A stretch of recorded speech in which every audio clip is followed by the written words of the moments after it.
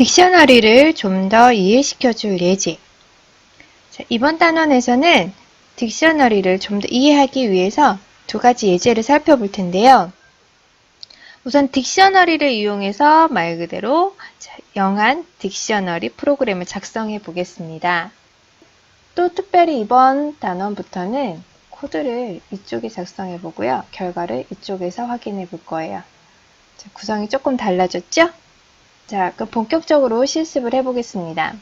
먼저 빈 딕셔너리를 만든 후에 데이터를 집어넣을 거예요. 사전을 먼저 빈 사전을 이렇게 만든 후에 자, 영한 사전이죠. 영어 하나. 한국어. 자, 그럼 영어를 한국어로 바꾸는 거니까 영어가 키가 되고요. 한국어가 value가 되겠습니다. 이렇게 데이터를 집어넣을 거예요. 그래서 딕셔너리를 이렇게 바로 출력을 하게 되면 이렇게 키와 값의 쌍으로 해당 딕셔너리에 있는 정보를 확인할 수 있습니다. 우리가 빈 딕셔너리를 먼저 만들었잖아요. 자, 이 빈 딕셔너리는 이렇게 할 수도 있고요. 자, 이걸 주석 처리해보고 다른 방법도 또 하나가 있어요. 자, English 딕 하면서 이름을 정한 후에 dict라는 함수를 이용해서 이렇게 똑같은 결과가 나오죠.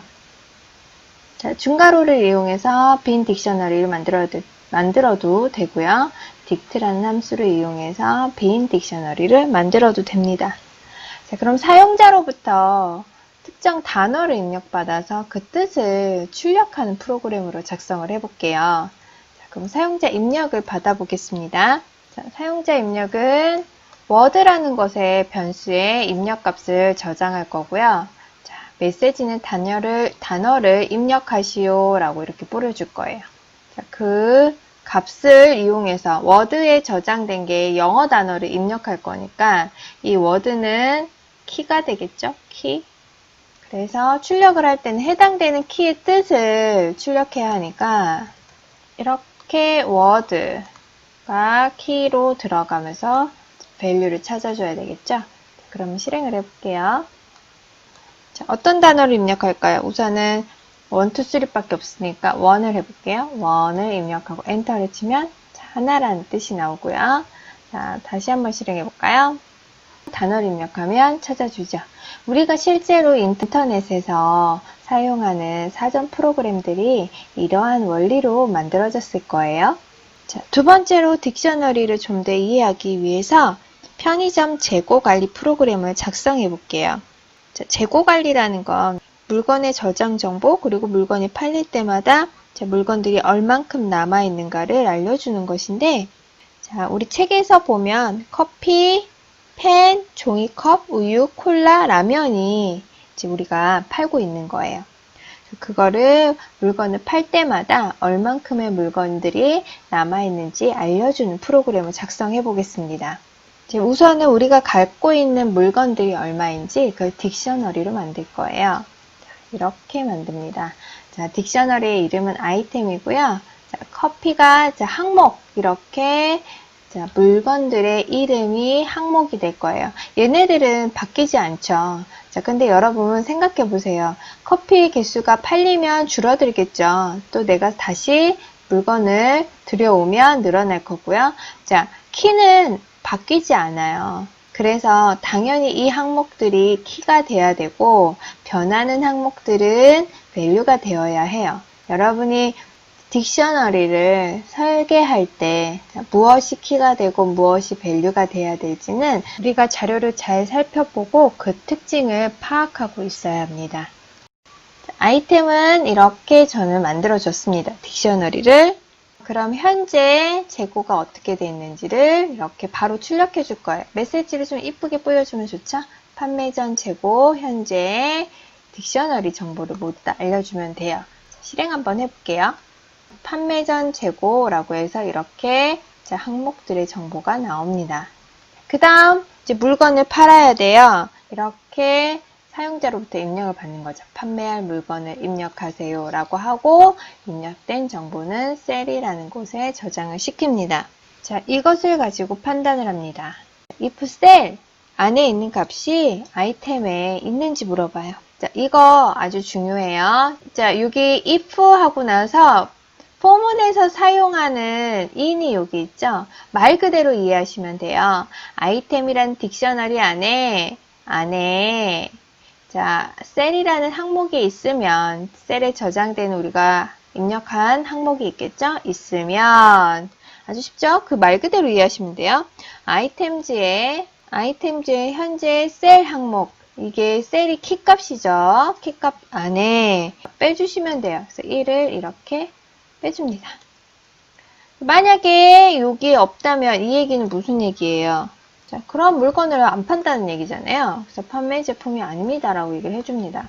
그리고 마지막으로 판매 후 재고를 출력합니다. 그래서 위에 거를 그대로 사용할게요. 판매 전을 후로만 바꿔주면 되죠. 결과를 한번 확인해 보겠습니다. 자, 현재 판매 전 재고가 나옵니다. 여기까지 실행된 거예요. 자, 그리고 판매할 물건을 입력하세요 라고 하면 현재 이 부분이 실행이 되는 거죠. 그래서 무엇을 우리가 판매를 할까요? 자, 펜을 하나 팔겠습니다. 자, 펜을 하나 팔았습니다. 우리가 펜을 입력하면 셀에 펜이 저장이 되죠. 자, 펜은 여기 항목에 있죠. 그러면 이 부분으로 들어와서 펜을 키로 하는 항목의 값을 하나 줄입니다. 그럼 2가 되겠죠.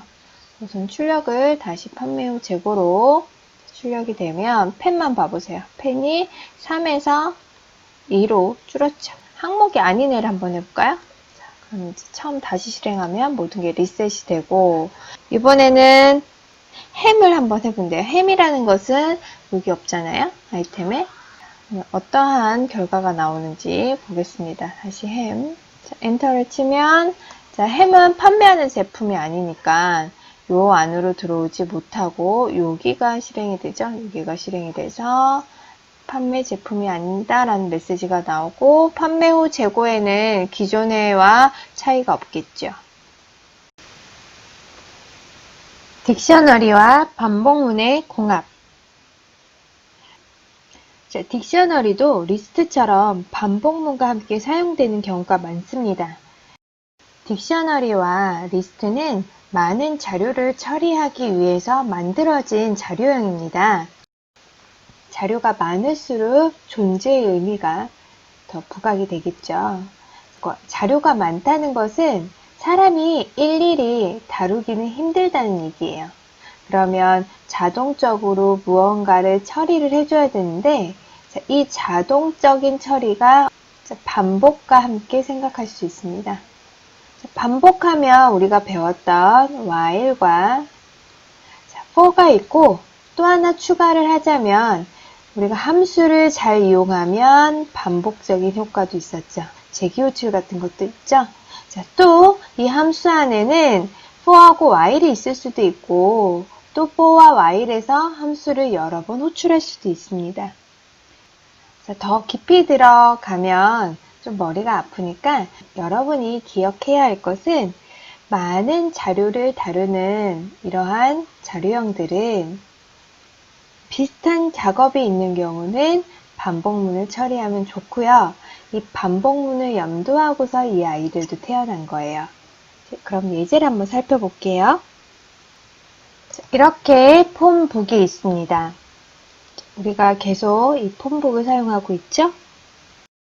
딕셔너리에서 keys라는 함수가 생각이 나시나요? 자, 이 함수가 어떤 함수였죠? 딕셔너리의 모든 키들을 불러오는 함수였죠? 자, 이 반복문과 사용을 할 때 어떠한 i에 in해서 딕셔너리의 키를 반복의 범위로 삼는 겁니다. 이렇게 예제를 볼 수 있는 거죠. for i가 in 폼북인 경우는 .keys라고 한 후에 여기 있는 값을 하나씩 출력해 볼게요. keys 해서 실행을 하면 이렇게 i에 있는 항목들이 이 부분에 하나씩 나오게 되는 거죠.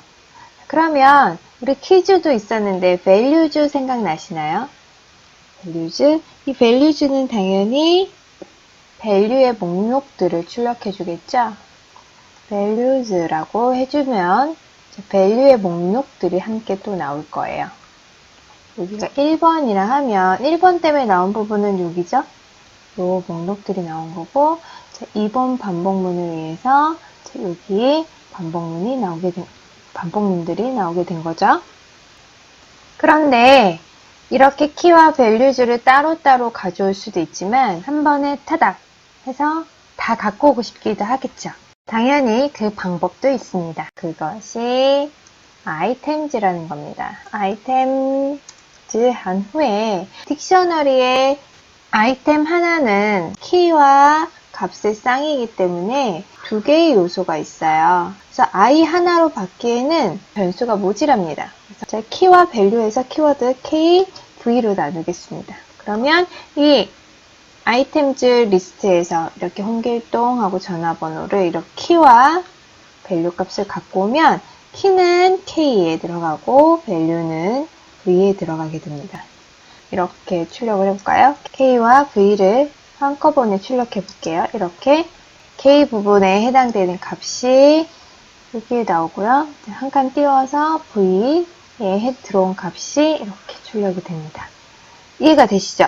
자, 그런데 조금 이쁘게 출력하고 싶어요. 누구누구의 전화번호는 뭐뭐뭐입니다. 그러면 우리가 배운 대로 한다면 k 플러스로 붙여도 되죠?